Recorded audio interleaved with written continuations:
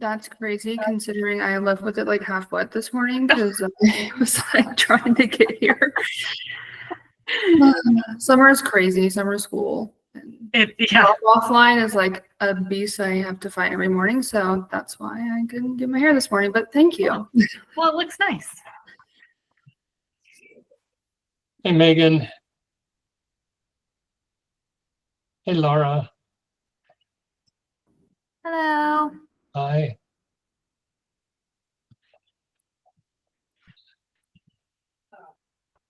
Okay, in just a minute, I'm going to ask you to do something a little different. I'm going to ask you to share some good news. Everybody shares some good news. It can be something that's kind of work-related or personal. It could be, hey, I filled a position. Hey, I had a great interview. Hey, I had a great, for me, like I had a great family dinner last night with my son and my wife, and it was, a special time together. Just something that's simple, that's short, that's sweet. I'm going to ask everybody to just share some good news, personally or professionally.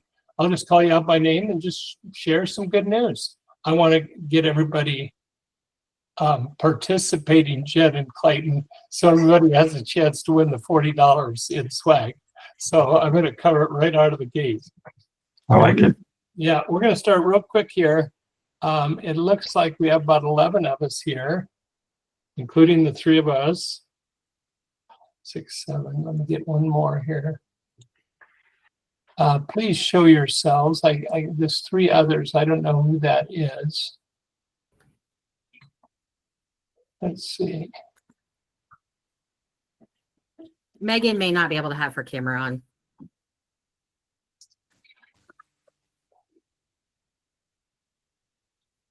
Okay, I'm going to just start with the list of people that are on this call. I'm going to ask the first person up here, and that is Clayton. Clayton, give us some good news, personally or professionally. Great. I just got back from PCO and I'm feeling refreshed and ready to go. Perfect. Danielle. I'm getting married in 8 days. Woo! Amazing. And your hair is going to look super great again. I know. Jennifer. Well, not to take away from Danielle's, but my son is getting married in July. Oh my gosh. Love I know. it. Kelsey. I've been triaging a tortoise with a brace that she's had on her back, and we've been taking really good care of her, and it's coming off soon. Awesome. Thank you, Kelsey. Laura. My daughter had her first ever swim meet last week, and she actually got some ribbons, which was really exciting. I love that. Lorelai. My youngest niece graduated high school last weekend, which was exciting because she hates school. Woo-hoo. Yeah. And then Megan. Yeah, sorry, I can't turn my camera on, but I am here. I had a really good dinner last night with my niece and nephews and my family. Awesome. And then is it Rochelle? Yes, Rochelle. Okay, thank you. Sorry, I didn't realize I didn't have my microphone on when I was saying hello at first. My parents are in town from Florida staying with me this week, so that's my good news. Awesome. Well, thank you all for joining us for this. We just finished our other group, and we're confident that we have an agenda that's going to serve you well.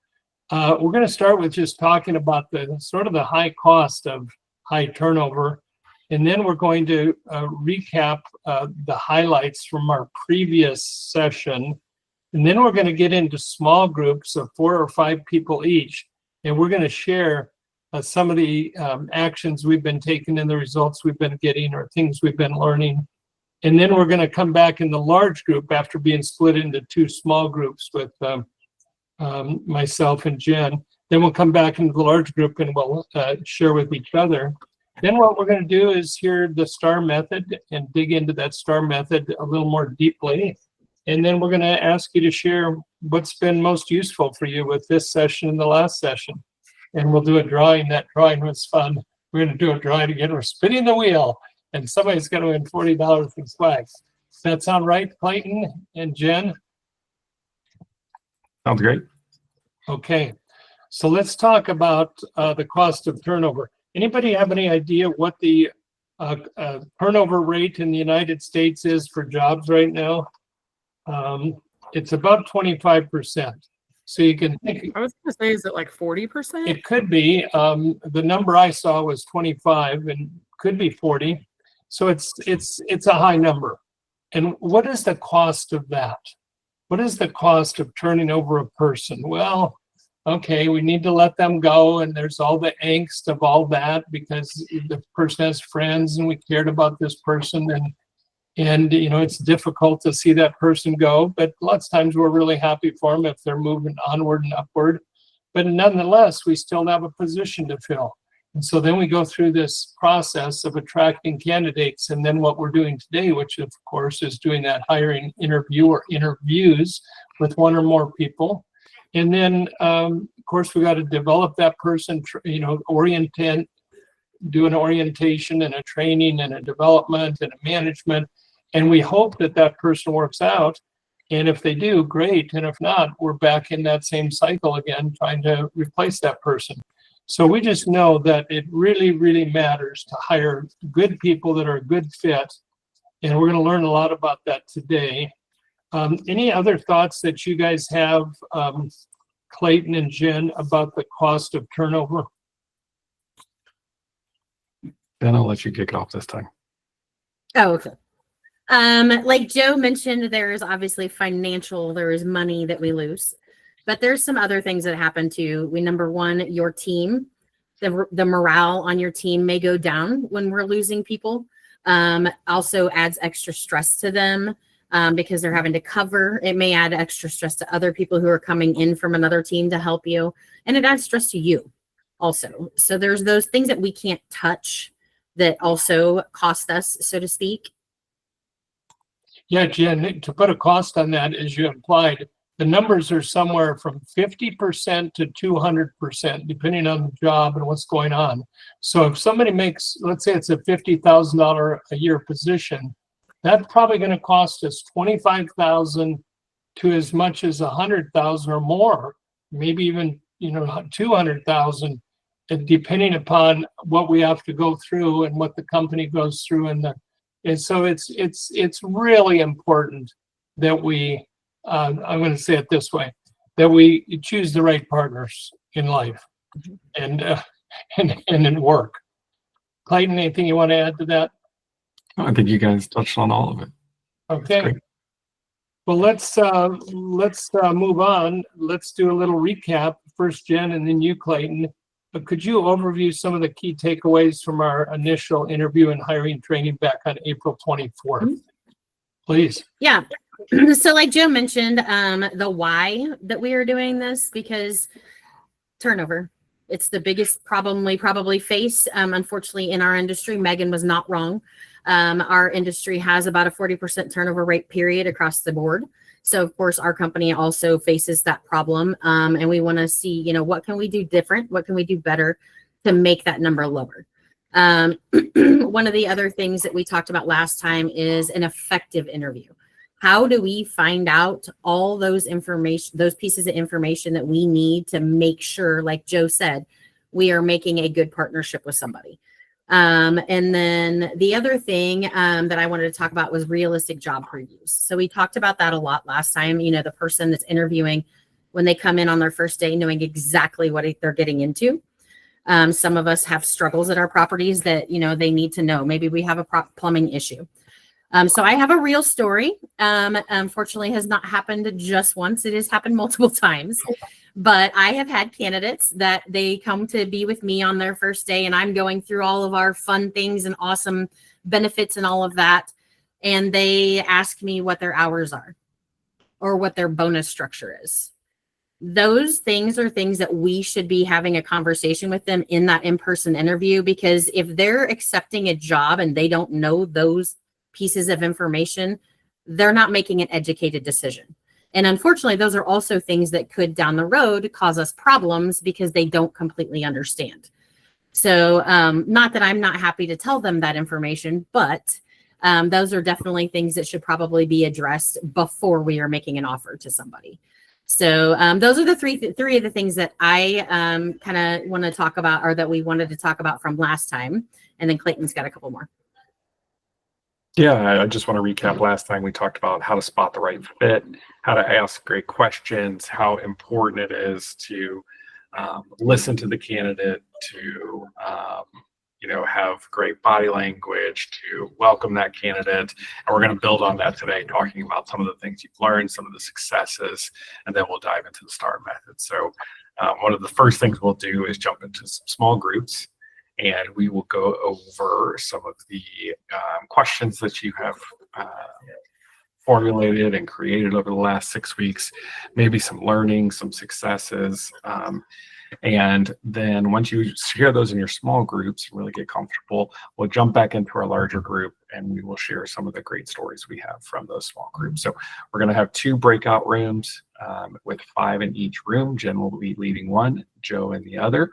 And then once we come back in 13 minutes, we will share some of the stories on the larger platform. Joe, anything to add there? Nope, perfect. Let's do it. Awesome. I will open the rooms and just go ahead and accept those.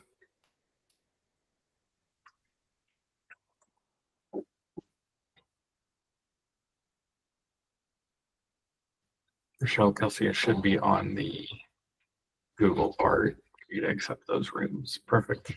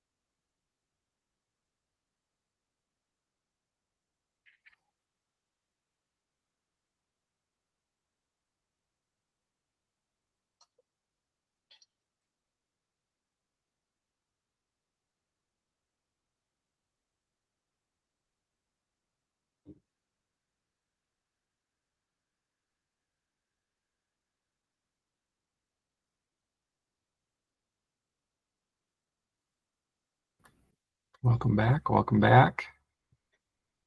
Hopefully your small groups went amazingly. I am excited to hear about examples and incredible things that are happening. So I think everyone is back now. So Jen, why don't you kick us off by telling us a little bit about the conversation you had with your group and sharing some great stories. So most of my group actually isn't hiring, but has in the past had to hire a little bit. One of our members is extremely lucky, and she's had transfers from within the company, so she hasn't had to do external recruiting, so to speak. But we did have quite a bit of good conversation and shared some success stories, as well as like we talked about our favorite question that we might ask a candidate that we were interviewing. So, Sarah, do you mind starting off with your success story and favorite question? Not at all. I don't mind at all. My favorite question, I think I was telling the group, is, how do they prefer to work, whether in a group or individually, because I feel like those situations come up a lot on our communities where someone would have to do both. And so I do like that question a lot. I kind of piggybacked off Megan on the thing that I think works the best with Chris. He's our maintenance supervisor here at the Brownstone. And we had just kind of hung out with him, showed him the community, walked around, kind of gave him the pluses and kind of setbacks maybe that he'll come across, and was just open and honest and conversed with him a lot more, I think, than anyone in the past. And that has really worked out great. I love to hear All right, that realistic job preview is so important. On the last call, we have a manager who I think is down to either one or no maintenance team members at their site. And I think it's so important to just tell the candidates coming in, like, hey, this is where we're at currently. And it's going to be a ton when you start with us, but it will slow down. And we're going to find other great people like you. So just telling them a realistic job preview so they don't get there and go, oh my gosh, why is no one else here? And actually, Chris was the only one when I hired him, so that's actually perfect. Like, that's how it went. Yeah, he was the only one here, and he's done great. And also, like, plumbing and air conditioners is a big one at the Brownstone, so I wanted to make sure that those were things that he was comfortable with as well. Yeah, thank you. All right, Megan, you're up. Yeah, that was kind of one of the things in my life of careers has stuck with me is, Jack Stack has you do that. Like, you apply for a job and they have you come in and act out the job for the day. And so that's kind of, I love to meet with people and get from them early on, like what, manager they thrive under, what they're looking for, and then spread them out to go spend time with maintenance, but not at a table. Like, I think it's good to go look at the property and just that conversation's more organic when they're out and about looking at things and kind of seeing what they'll be dealing with. And so I was saying, I kind of did that with our last hire, Dedrick. He met with Forrest for a little bit, went on the property, went with Amber for a little bit, just kind of people that he would be interacting with, and it worked out really well. Thank you. You. All right, Kelsey, you're up. Daniel, sorry. My favorite interview questions were anything that goes over like how someone would handle a difficult situation or difficult decisions that they would have to make. And my success was Gloria. She was another, I'm the transfer person. We've all transplanted here from another site within the company. And her community was sold. So we were trying to find another position for her. We really wanted to keep her around because she's good. She's just a good fit. So we actually designed a new role for her, sharing her between my site and another.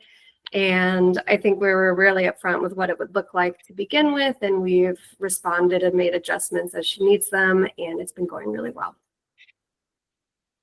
I love to hear that you've listened, right? And shown her that you cared and said, oh, how can we make adjustments? Yeah, with Gloria, you have to make her share that with you too. She's such the hunker down type. I told her, tell me almost every day in the beginning that she needed to communicate and we could fix things for her. Yeah, like Joe mentioned earlier, part of, the one of the biggest reasons for turnover is managers not showing they care. So that's great to hear that.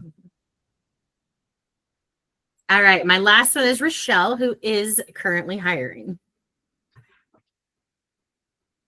You're on mute, Rochelle. I just like to get an idea. I mean, this is just really generic of, the past experiences in the interview process and what type of job duties that they have, just to get an idea on if it's a role that they'll be familiar with. So Absolutely. I haven't got anybody hired here yet, so I don't have any real stories, but yeah. It's good to be picky when you're, talking about someone you're going to spend 5 days a week with. Yeah. Great. Thanks, Jen. Joe, Yep. what about your group? Yeah, thank you. I'm going to start with Kelsey and then go to Laura and Danielle and Laura Lai. So Kelsey, share your favorite question and why you ask it, or a tip that you found useful when it comes to hiring, please. Yeah, absolutely. So one of the things that I brought up was kind of digging into their past experience to figure out their strengths and opportunities for the current position. So the example I gave was with maintenance.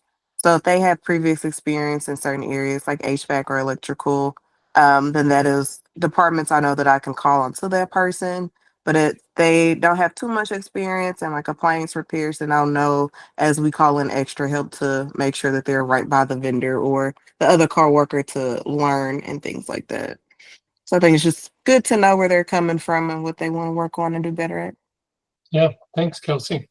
Okay, how about you, Laura? And go video if you would. Can you see me? I think can it's see on.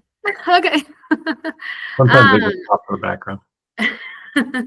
I had shared that it's kind of a red flag if they don't have any questions for me. So I think that's really important to kind of give them the floor to ask you questions, just to see if they've kind of come prepared, done their research. And it can also kind of tell you if they really are familiar with the industry. How do you differentiate between not prepared and I'm just really nervous and don't have any questions because I'm nervous? Or I'm an introvert and I'm always slow to share. Yeah. Yeah, I mean, I think it can be difficult, but I feel like I can usually pick up if it's just like they're nervous, and then just kind of try to ask a few questions to kind of get them out of their shell and more comfortable and just reassure them. Because I've definitely had some nervous interviewers. Yeah. It's easy to make them feel a little bit more welcome by saying, is there anything about the property you'd like to know? What about the company? Have you looked at our benefits?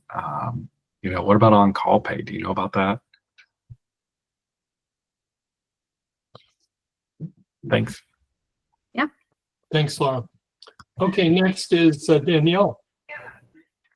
I feel like my answers might change once I actually go through the process, but I inherited a really good solid team, so I haven't had to do that yet. But I just like the idea of starting out with the get to know you section, just to make them more comfortable. My biggest goal in life is to never make anyone feel nervous. So just making them feel comfortable, getting to know them, and figuring out what led them to get here. What are some of your specific get to know you questions that are just really comfortable for you in that conversational, relax, we're here to see if there's a good fit kind of questions? Like, let's say I'm coming in and you're going to interview me. You might ask me something like, I would ask you how your drive was here, to kind of figure out if it was a long commute. Right. And then what do you think of the property? Just the looks of it, because do you like our decorations? So I'd start out there, and then just more figuring out what they, because the job description, when I first saw it, it was really long, and the thing that caught me was are you still with us? Because it was so long. So just kind of figuring out what caught their attention, why they apply. Were they just applying for any job they could, or was there something specific Yeah. about the job description that caught their attention. Nice, Danielle. Thank you. Lorelai.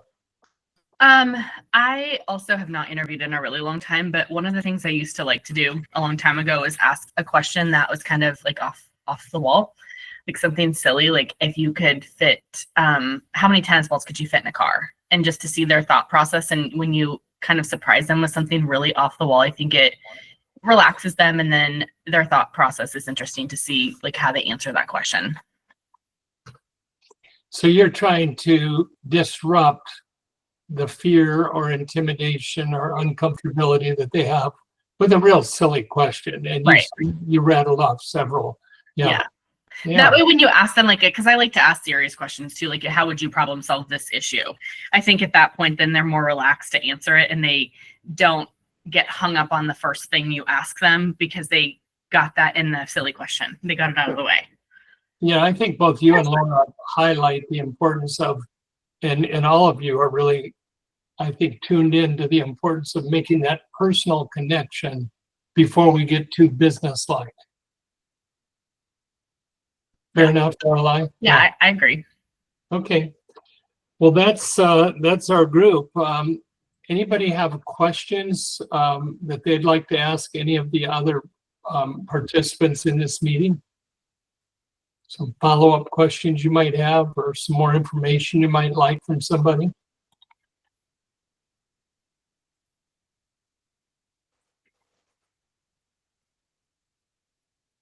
I have a question then, and I'm going to ask it to Jen.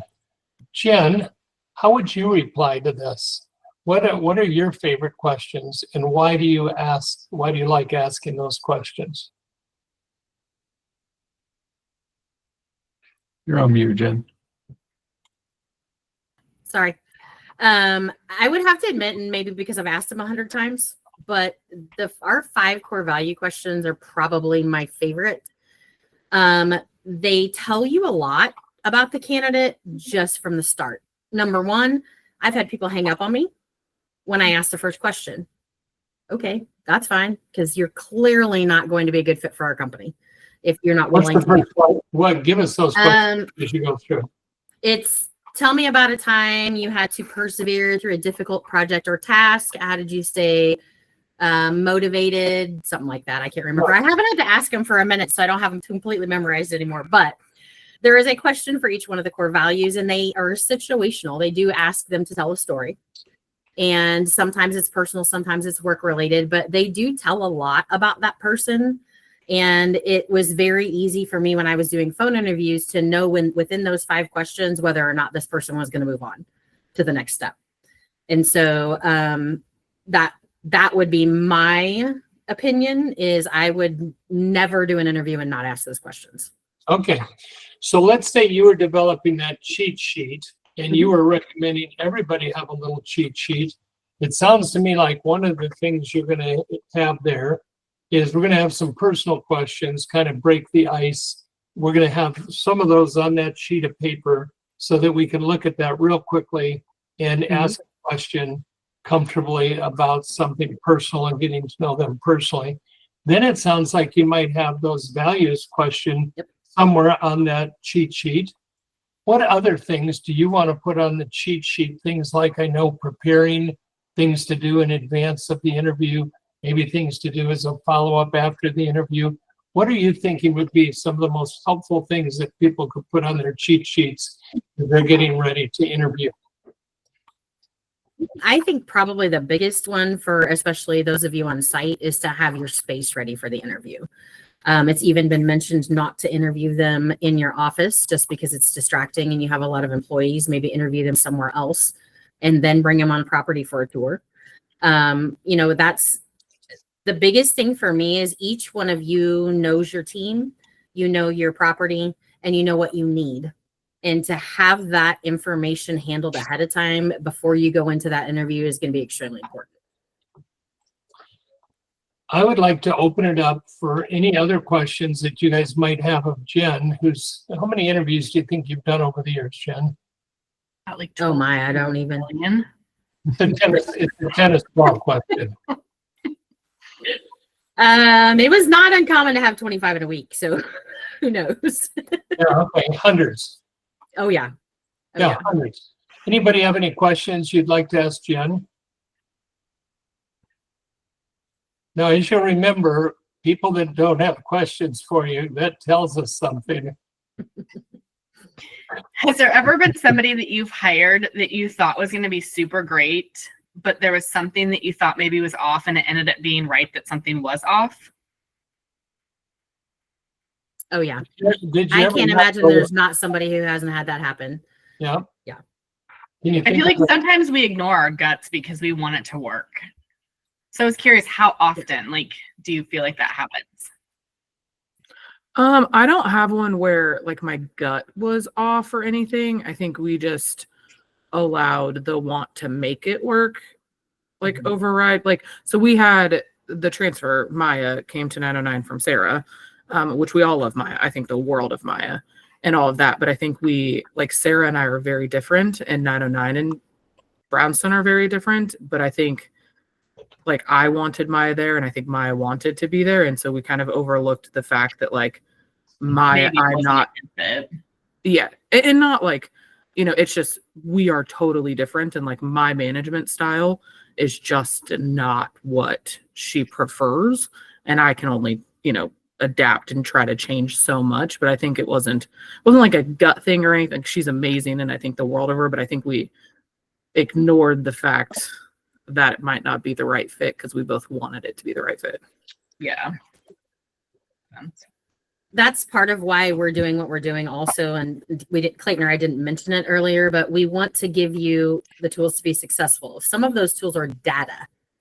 And these questions that we're asking you to ask, the situational questions that give you those answers, plus their culture index, plus their maintenance test, if it's a maintenance person, those things all together should help you decide if that is the right fit over whether or not your gut feeling is that way too. And the other side of it too is, I will be very honest. I mean, to answer Lorelai's question, there have been people that I have been extremely excited about in a phone interview, and I passed them on to the manager, and it was absolutely the opposite reaction from the manager. But because I'm a different person, I would, if I was hiring a leasing specialist, I would hire somebody green because I want to train them.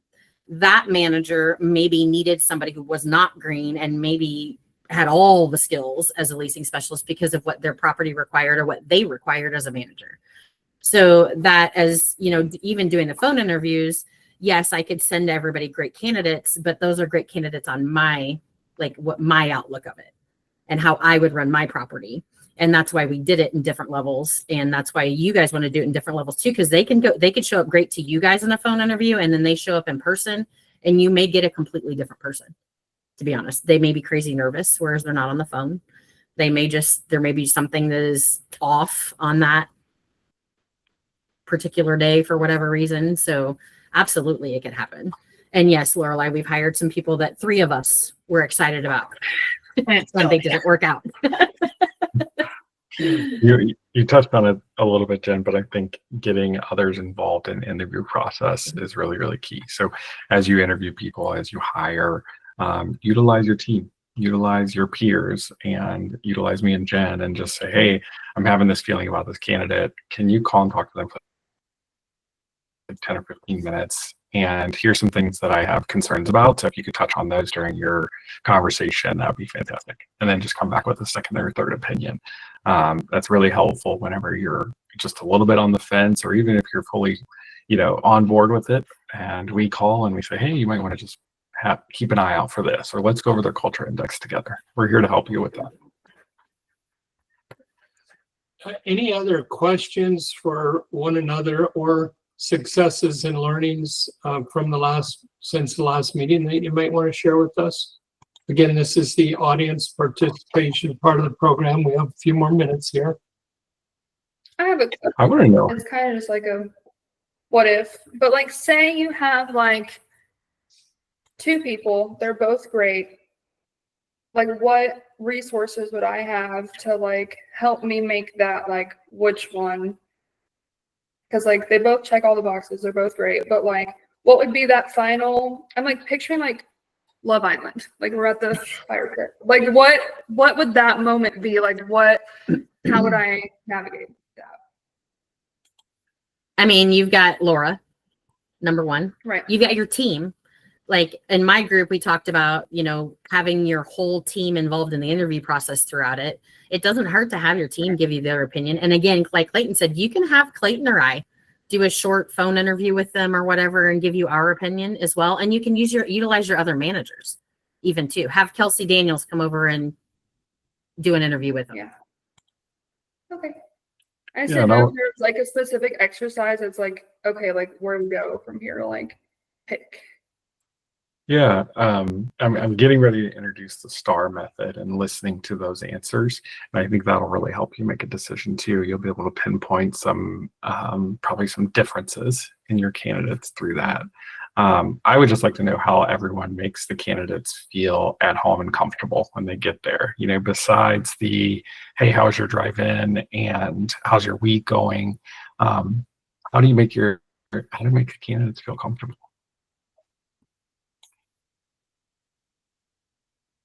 Okay, nobody's answering, so I'm going to throw something in from the last meeting.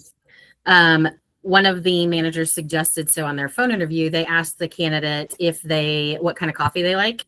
And when they bring them in for the phone interview, they have that kind of coffee there for them. I like that. That's pretty cool. Yeah, a cup of coffee can get you a new hire. It's certainly a differentiator, right? Yeah. Yeah, no, I think something like that is really nice and a good icebreaker. I think I've always just tried to like ask a couple questions to just kind of break the ice and make them laugh a little bit and feel comfortable. But I will definitely use that coffee because I like that idea. Yeah, for your current team members, utilize UKG, right? Everyone's got their favorite sweet treat and they've got how they like to be recognized. And you can see that on your employees. So always be checking in there, once a quarter and say, oh yeah, I forgot. Danielle loves Sour Patch Kids or something like that. Terrific. Hey, let's move on then. Clayton, you mentioned the STAR method. This is a 4-step method that can really help us get under the hood, so to speak, and see what makes this person tick and how they operate. Would you please explain this to us? Yeah, so the STAR method historically has been used for candidates, right? Whenever they're giving a response to a question. But I think it's really key as a hiring manager for you to listen for great answers. So does anyone off the top of their head know what STAR stands for, what the acronym stands for? No pressure here. I'll put the answer on there. So S is situation, T task, A action, and R result.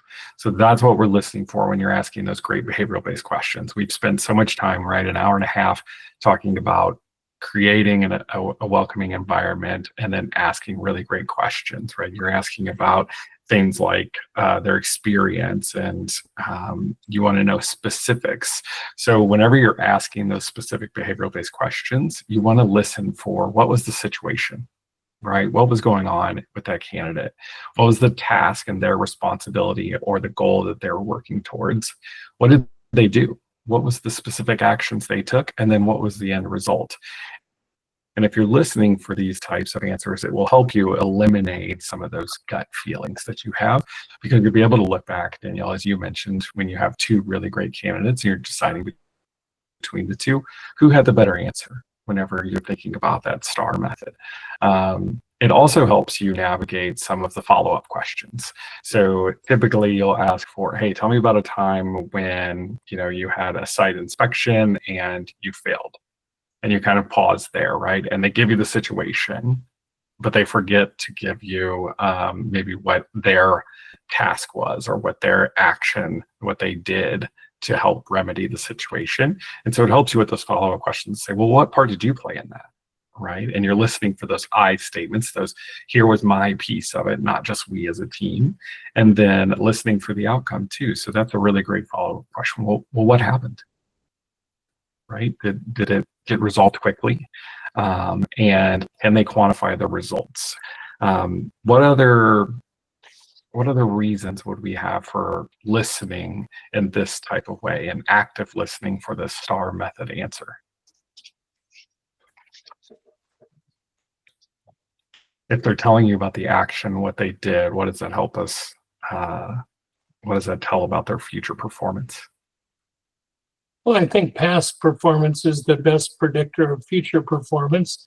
And so the more you can understand what they did, the better you can understand what they're probably going to do. Absolutely. And also, when you're listening for these types of answers, you're getting a lot of their action, which helps move away from statements like, I'm really detail oriented. Okay, well, how? Right? Or I move really, really fast and I like a fast paced environment. Okay, well, tell me about that. Tell me more about that. And then it also reduces those gut feelings, assumptions, maybe some unconscious bias you have about the candidate when you can put two next to each other and say, that person gave me a really great answer for that question. And this one was just really vague and I'm not really sure what the outcome was. Like, what did they do? And then it also helps you stay consistent and fair across all the candidates because you're evaluating them on a different playing field versus just, okay, I heard the situation from each one and I think I have a good idea of how they all answered the question. But when you're getting through these 4 parts of the STAR method, you can really evaluate the candidates closer.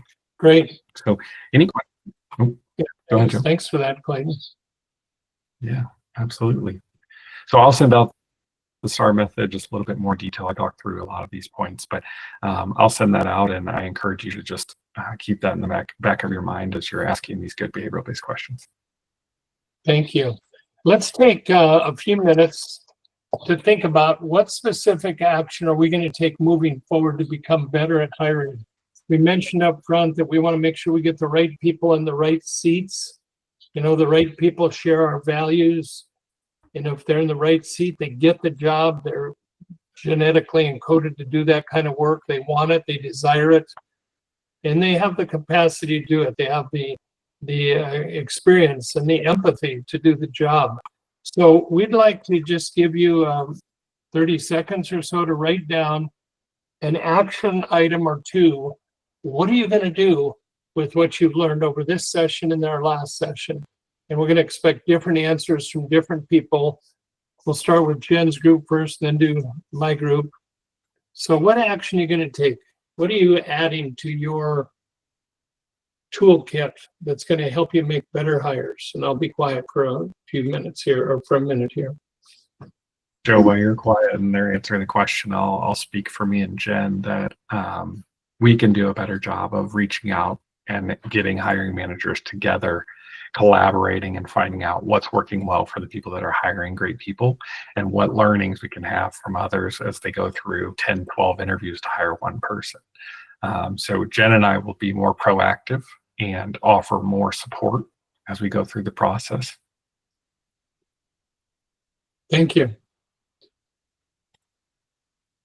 Jen, in just about 20 seconds, we'll go through your team and ask them to share actionable items.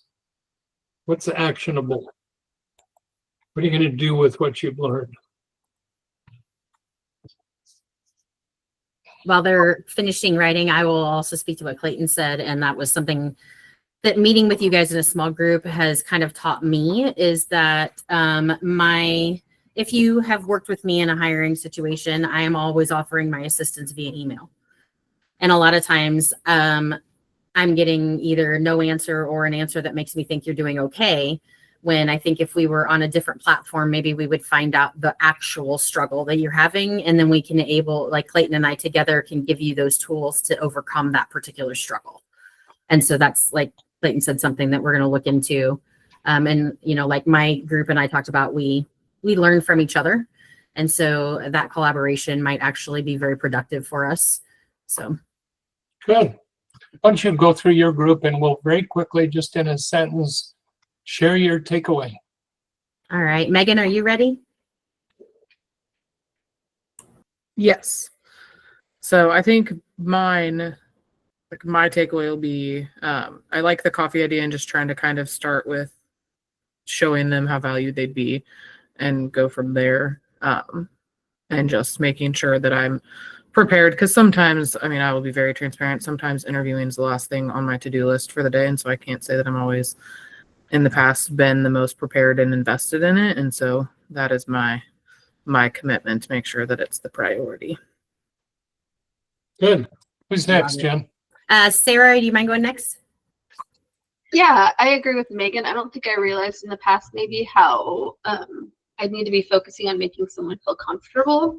I should, because I know interviews aren't the most comfortable thing for me when I'm looking for work or seeing that side. But so I think I'll be more focused on that from here on out, just kind of making them comfortable. All right. Kelsey Daniels, do you mind going next? Of course. Mine, I've also learned the tough way in the past that you need to be better prepared before you interview. So that's always the focus of mine. And I think just doing this, kind of having a refresher will help that. And then also being more intentional about getting behavior related responses, because it's so easy to run through a list of questions when you have 2 projects that you're trying to get done by the end of the day following the interview. So just really taking the time to get the answers that you need. Love it. All right, Rochelle, you're up. Okay. I had that also, like the coffee question, pretty much making people more comfortable. Maybe like when they come in, a little bit of an icebreaker, just showing them that I care, and also the following through with what you say. If you're going to be tell them that you're going to reach out to them the next day or the next week, no matter how many other interviews that we've got, as long as, if it's somebody that you feel might be a good fit, following through and sticking to your words so that they know that they can trust you, I guess. So. All right, Joe, that's my group. Thank you. Hey, my group, turn on your audio and your video. We're going to start with Kelsey, and then we're going to do Laura, and then we're going to do Danielle, then Lorelei. So, Kelsey, what are you going to do with what you've learned, please? Let's see. Definitely pay more attention to the environment that I create for the people that I'm interviewing. To keep in mind that they're also interviewing me as well. Yeah.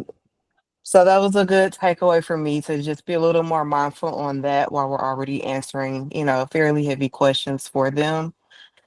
And I thought that's probably the biggest takeaway, just thinking longer about making sure they're comfortable and that we're making sure that we're a good fit for them and not just, them being a good fit for us. Great. Thank you. Laura. I love the idea of kind of making the questions my own. So asking them in a way that might be more comfortable for me, or in a more like behavioral way, I think is going to get me the answers that I'm looking for. Thank you. Okay, next is Danielle. So, I really learned a lot today. So I really liked Kelsey's in our small group, her question, like, what's your favorite TV show? So like something like that, just like making it like fun, like a random question. But also I liked the idea that kind of stemmed from my question of like having the team kind of, not like anything formal, but just like once you like find a good candidate, having the whole team meet with them. Because I think that's really important to make sure that everyone kind of gets that chance to get to know the person. Perfect. Thank you. Lorelei, you're bad at cleanup. Well, mine's just all of it. I mean, I haven't had to interview anybody in years, so it was nice to hear all this again as like a refresher. So if I do have to, then I know what to do. Perfect. I'm going to turn it back then to Clayton and Jen, and I think Jen's going to do a $40 swag drawing here. Yeah, thanks everybody for participating. Jen will share a screen and do a little wheel here, and we'll see who wins today's prize. Sorry, guys, give me just a sec. There we I go. love this wheel. All right, thank you all. It helps if I click in the right place. That is the slowest little wheel I've ever seen. I was thinking the same thing, Laura. So slow. Kelsey. No, you're I bet you're not fine. making fun of my wheel now, Kelsey. Yeah, you're disqualified. That's funny. Awesome. Nice. Back to you, Clayton. Thank you all so much for joining. I appreciate it. I hope you've learned something over these past two sessions. And I hope you go on to hire great people, making them feel comfortable and asking great questions. I will send a follow-up shortly. And just thank you for all your participation. And Joe, thank you for joining us and facilitating both sessions. My pleasure. I like the smaller groups. I do too. I Same. agree. Mhm. For sure. Yeah, We did it's less them. party. Yeah, we did them more this time because we knew that. So we appreciate that feedback. That's great. Thank you. Thank you all. Have a great Bye. day. Thank you. Thank you. Hang on, Clayton and